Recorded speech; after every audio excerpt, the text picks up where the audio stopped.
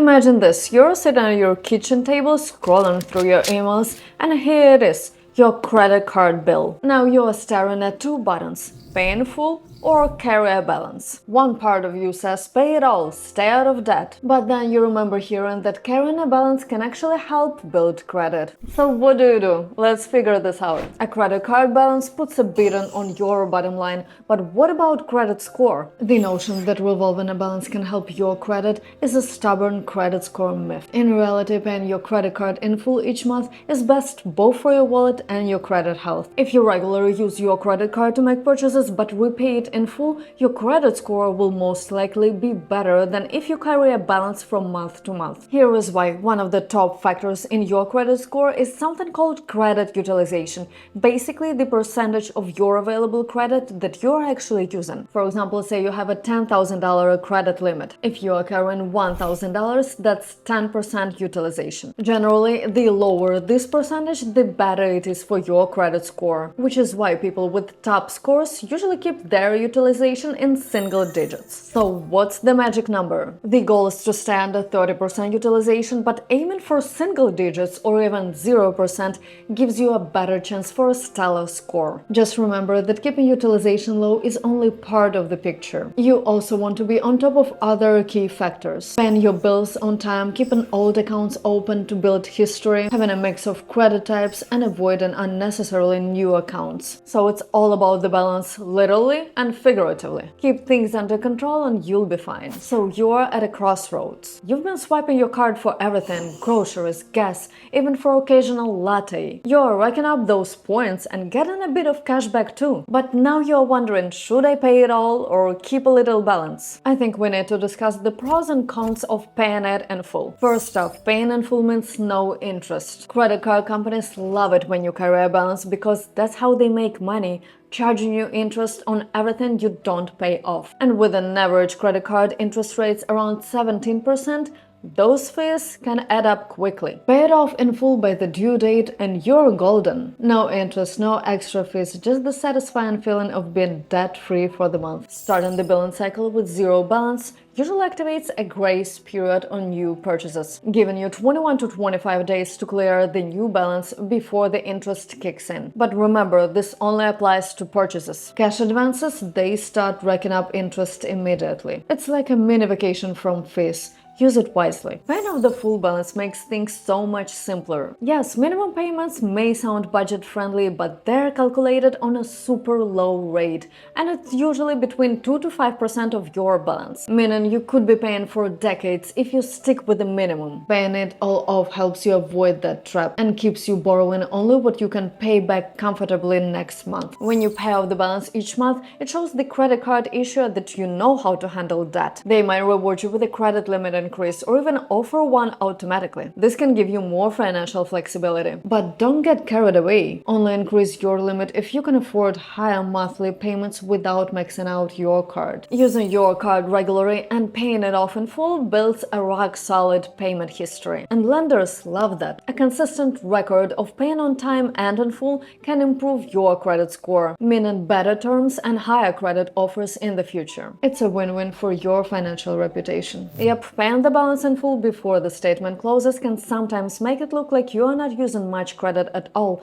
slightly affecting your credit utilization factor. And for anyone watching that credit score closely, this could be a small wrinkle. If you've racked up a high balance, paying it off in one go might feel like a stretch. But remember, it can still be worth it to avoid compounding interest down the line. Weigh the cost, consider paying as much as you can if you can't do it all, and plan ongoing repayment strategy to get it under control. Either way, knowing the pros and cons can help you make the call that's best for you. Now, here is the million-dollar question. Should you just pay it all off every month? And the answer is yes. Generally speaking, yes. Why? Because credit bureaus and experts all tend to agree. Paying it in full each month is usually best for your financial health. Paying in full each month doesn't just save your money on interest, it also shows that you're in control over your spending. Plus, the myth that carrying a balance helps your score, that's exactly what it is a myth. Paying in full is almost always the better move. When you pay in full, it shows that you're living within your means. In other words, you're not using credit as an extension of your income, but as a tool to manage the income that you already have. This is a major green flag for your financial health. While some folks think that leaving a small balance shows that they're using their credit,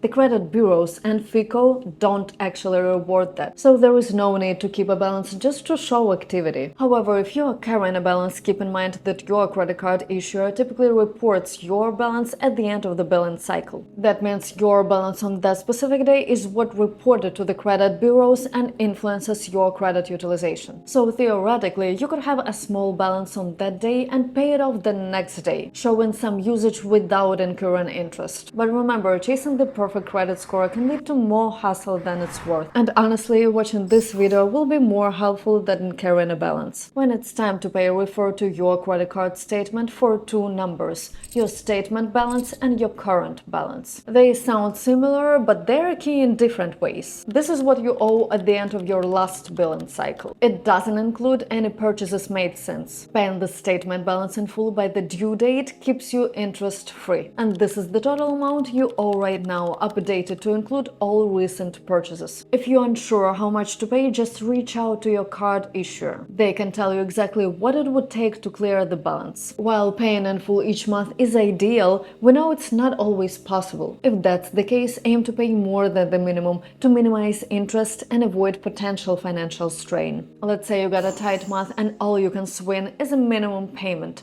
No big deal, right? Well, here's where things get tricky. Minimum payments might seem as an easy fix, but they come with a real cost. First off, carrying a balance doesn't just hold you back, it drains your wallet. Interest on most credit cards piles up daily, and with high APRs, this can turn into an expensive debt fast. When you only pay the minimum, interest keeps stacking up, meaning you end up paying more for that same purchase over time. It's like stepping into quicksand. The more you let it slide, the harder it gets to climb out. So unless you're okay with watching your balance grow while your bank account shrinks, it's best to skip the minimum payment only habit. Remember, any balance that carries over from month to month racks up interest charges. Credit cards average around 23% APR as of May 23, and that interest compounds daily. What does that mean? Interest gets added to your principal, and the next day's interest is calculated on this new highest balance. Until the balance is paid off, this cycle continues,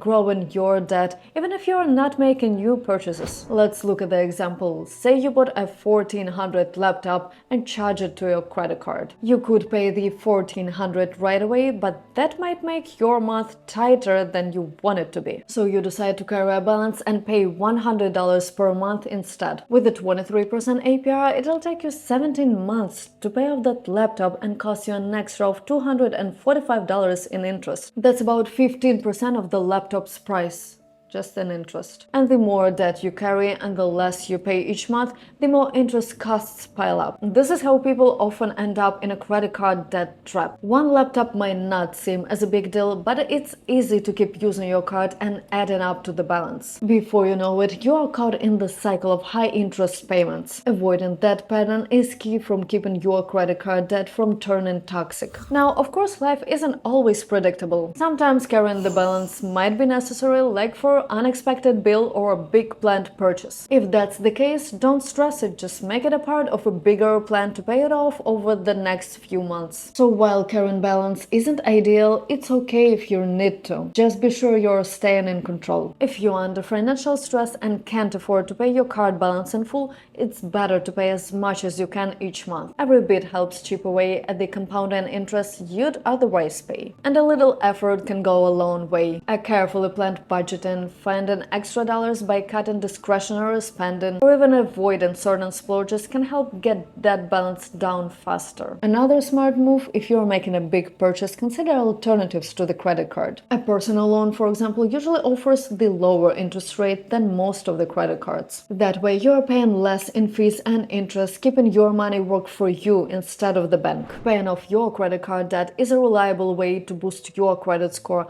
but the timing of the payment can make the difference. difference too. So when the best time to pay it off? Well, it depends on your financial situation. Here are some practical tips. If you're looking to keep your credit utilization low, consider paying your balance before your credit card issuer reports it to the credit bureaus. While reporting dates vary by lender, paying soon after making charges can prevent your utilization from creeping too high. Some people even make multiple small payments throughout the month to keep their balance extra low. It's a little trick to show you're managing your credit actively without letting your balance climb too high. Regardless of when you make your credit card payments, the most important thing is to pay in full what you owe before the due dates each month. By now, you're way on your way to mastering credit card habits. Here are some pro tips to keep things running smoothly. Your budget is your blueprint. It's easy to get carried away with spending, but tracking what you can really afford keeps your finances in check. Separate your needs from your wants and stick to your plan. A quick reminder a few days before your due date: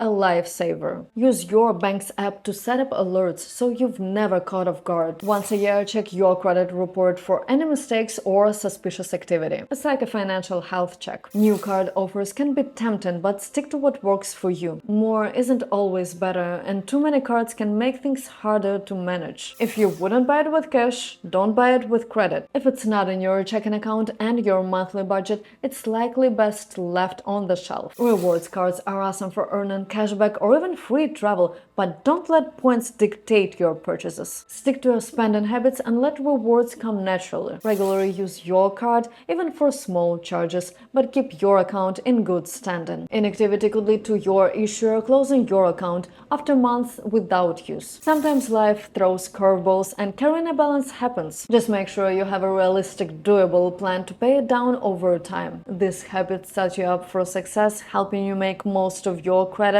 without any of the pitfalls. Using your credit card and paying balance in full each month is a great way to save money and build credit, but it's not the only method to build and maintain a strong credit score. Making on-time payments, keeping your debt balances low, and maintaining a good mix of credit card types are also good habits that may help your credit. Now it's your turn. How do you handle your credit card? Do you pay it off, carry a balance, or do something in between? Let's chat in the comments below. Your approach might just inspire someone else to find their best strategy. Now I hope this video was helpful, and I'll see you in the next one revealing more credit card tips.